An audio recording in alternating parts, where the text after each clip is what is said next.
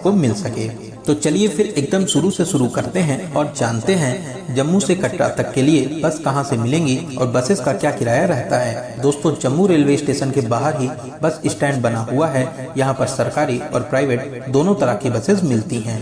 सरकारी बस की बात करें, इस 50 किलोमीटर दूरी के लिए ऑर्डिनरी बस में 105 रुपए का किराया लगता है और AC 2x2 में 135 रुपए का और AC 1x2 में 150 रुपए का चार्ज लेते हैं और रास्ते में खाने पीने के लिए एक स्टॉप भी लेते हैं। वहीं प्राइवेट बसेस की बात करें तो ऑर्डिनरी बस में 80 रुपए का किराया लेते हैं जो रुकते रुकाते हुए जाती है। सेमी डिलक्स बस में 100 से 120 रुपए का चार्ज लेते हैं। दोस्तों, बहुत सी सुरंगों और शानदार नज़ारों को देखते हुए अब हम लोग आ चुके हैं माता रानी के दरबार कटरा में।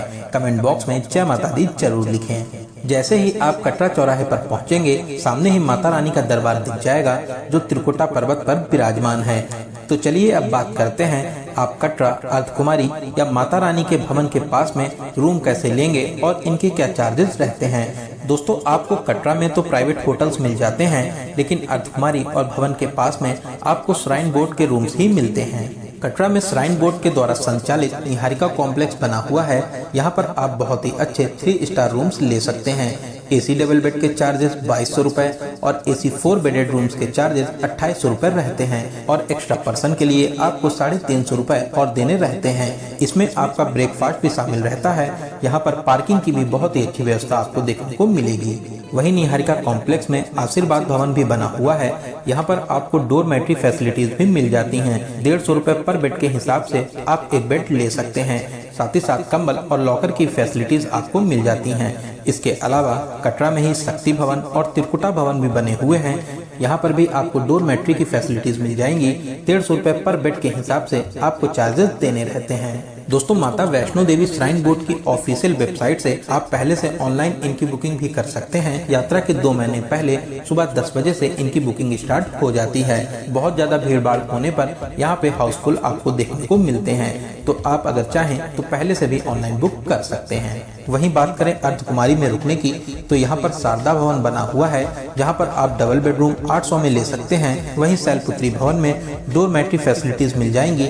150 रुपए पर बेड के चार्जेस में आप एक बेड भी ले सकते हैं। चलिए अब बात करते हैं माता रानी के भवन के पास में रुकने की क्या फैसिलिटीज हैं। इसके लिए भक्त हमेशा ही परेशान रहते हैं कि इसकी बुकिंग कैसे करें और इनके क्या चार्जेस रहते हैं। दोस्तों, यहाँ पर कालिका भवन और सिरदर भवन बने हुए हैं, जिसे मेन भवन कॉम्प्लेक्स भी कहते हैं। यहाँ पर 2400 रुपए में डबल बेडरूम और 4 बेडेड रूम के लिए आपको 3400 रुपए का चार्ज देना रहता है। इसके अलावा भवन के पास ही वैष्णवी भवन और गौरी भवन भी बने हुए हैं। यहाँ पर डबल बेडरूम के चार्जेस 1100 रुपए और 4 बेडेड रूम के चार्जेस 1600 रुपए रहते हैं और अगर आप 6 बेडेड रूम लेना चाहते हैं तो इसके लिए 2300 रुपए का चार्ज देना रहता है। और अगर आप भवन के पास में और भी सस्ते में रुकना चाहते हैं तो आप मनोकामना भवन में डोरमेट्री की फैसिलिटीज ले सकते हैं। इसके लिए आपको 150 रुपए पर बेड के हिसाब से चार्ज देना रहता है। दोस्तों, जैसा कि मैंने आपको पहले ही बताया है, आप अपनी यात्रा से 2 महीने पहले इसकी ऑनलाइन बुकिंग भी कर सकते हैं। जितना जल्दी हो सके आप इसकी बुकिंग कर लीजिए, क्योंकि यहाँ पर रूम्स बहुत ही जल्दी फुल हो जाते हैं। तो चलिए अब बात करते हैं इस पावन यात्रा को करने के लिए RFID कार्ड आप कहां से बनवा सकते हैं। दोस्तों, अगर आप चाहें तो जम्मू में भी RFID कार्ड बनवा सकते हैं। वैष्णवी धाम में RFID कार्ड बनता है। यहाँ पर बहुत ही कम भीड़ भाड़ होती है, लेकिन RFID कार्ड बनवाने के बाद 6 घंटे के अंदर ही आपको ताराकोट मार्ग या बाणगंगा चेक पोस्ट पार करना रहता है। तो कटरा मेन चौराहे के पास में RFID कार्ड सेंटर बना हुआ है, यहाँ पर भी आप बनवा सकते हैं। इसके अलावा कटरा रेलवे स्टेशन, त्रिकुटा भवन और नए ताराकोट मार्ग पर भी आप RFID कार्ड बनवा सकते हैं। इसको बनवाने के लिए आपके पास में आधार कार्ड होना जरूरी है और ये फ्री में बनता है। दोस्तों, माता रानी के भवन तक जाने के लिए यहाँ पर 2 रास्ते बने हुए हैं। एक नया ताराकोट मार्ग और दूसरा बाणगंगा मार्ग। दोनों ही मार्ग कटरा मार्केट से 1.5 से 2 किलोमीटर की दूरी पर स्थित हैं। यहाँ तक आप ऑटो के माध्यम से भी जा सकते हैं। ऑटो वाले 4 पर्सन के लिए 210 रुपए का फिक्स चार्ज करते हैं। अगर आप पैदल यात्रा करना चाहते हैं, घोड़े और ज्यादा भीड़ भाड़ से बचना चाहते हैं, तो ताराकोट मार्ग आपके लिए सबसे अच्छा ऑप्शन रहेगा। वहीं आप बाणगंगा मार्ग से भी पैदल यात्रा कर सकते हैं, लेकिन इस मार्ग पर घोड़े भी चलते हैं, तो इस मार्ग पर भीड़ भाड़ आपको देखने को मिलेगी। तो चलिए अब बात करते हैं घोड़े, पिट्ठू और पालकी के क्या रेट रहते हैं। घोड़े वाले बाणगंगा मार्ग से अर्धकुमारी तक 650 रुपए और बाणगंगा मार्ग से भवन तक 1250 रुपए का चार्ज करते हैं। पालकी वाले बाणगंगा मार्ग से अर्धकुमारी तक 1800 रुपए और अगर आपका 100 किलो से वजन ज्यादा है तो इसके लिए 2250 रुपए का चार्ज देना रहता है। वहीं बाणगंगा मार्ग से हिमकोटी मार्ग होते हुए भवन तक के लिए 3200 रुपए और अगर आपका 100 किलो से वजन ज्यादा है तो इसके लिए 4000 रुपए देने रहते हैं। वहीं वॉकर और ट्रॉली की बात करें, जिसे यहाँ पर पिट्ठू भी कहते हैं, बाणगंगा मार्ग से अर्धकुमारी तक 300 रुपए और बाणगंगा मार्ग से हिमकोटी मार्ग होते हुए भवन तक के लिए 500 रुपए का चार्ज करते हैं।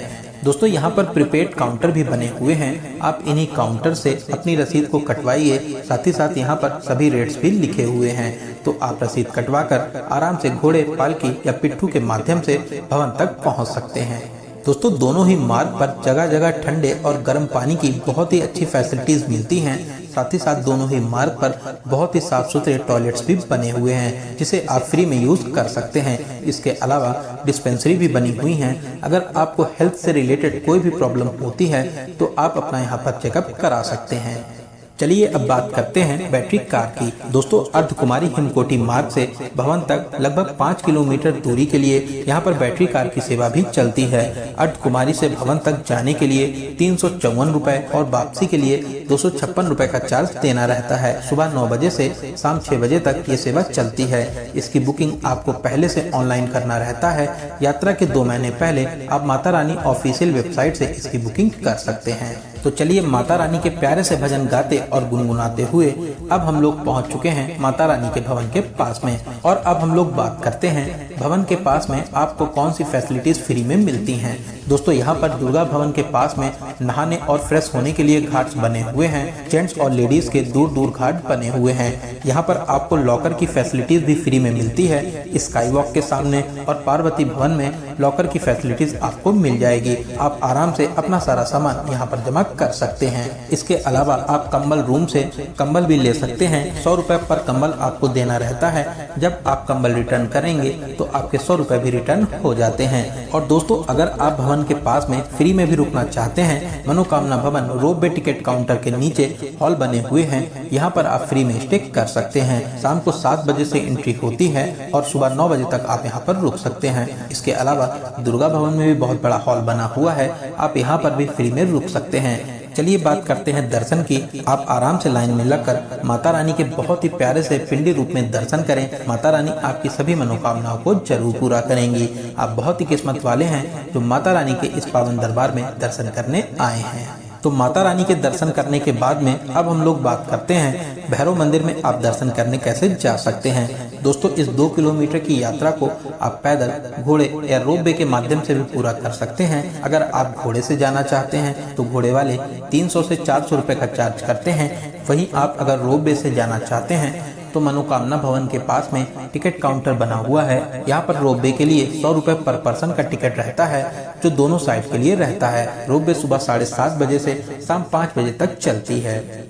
चलिए अब बात करते हैं खाने पीने की। दोस्तों अर्धकुमारी, हिमकोटी मार्ग और भवन के पास में भी बहुत से श्राइन बोर्ड के भोजनालय बने हुए हैं। यहाँ पर आपको बहुत ही अच्छे और कम रेट पर बहुत ही स्वादिष्ट भोजन मिलता है। आप स्क्रीन पर इनके रेट्स देख सकते हैं, तो आप आराम से यहाँ पर खाना पीना भी कर सकते हैं। वहीं आप अगर फ्री में भोजन करना चाहते हैं तो बाणगंगा मार्ग पर गुलशन कुमार जी का लंगर चलता है और ताराकोट मार्ग पर भी श्राइन बोर्ड का लंगर चलता है, जहां पर आपको बहुत ही स्वादिष्ट भोजन मिलता है। इसके अलावा भैरव बाबा मंदिर के पास में भी लंगर चलता है। यहाँ पर अलग अलग टाइम पर चाय, पकौड़ी, जलेबी और भोजन मिलता है, तो आप इन पवित्र लंगर में भी भोजन जरूर करें। बहुत ही पवित्र और स्वादिष्ट भोजन आपको मिलता है। तो चलिए अब हम लोग आगे बढ़ते हैं और बात करते हैं हेलीकॉप्टर की।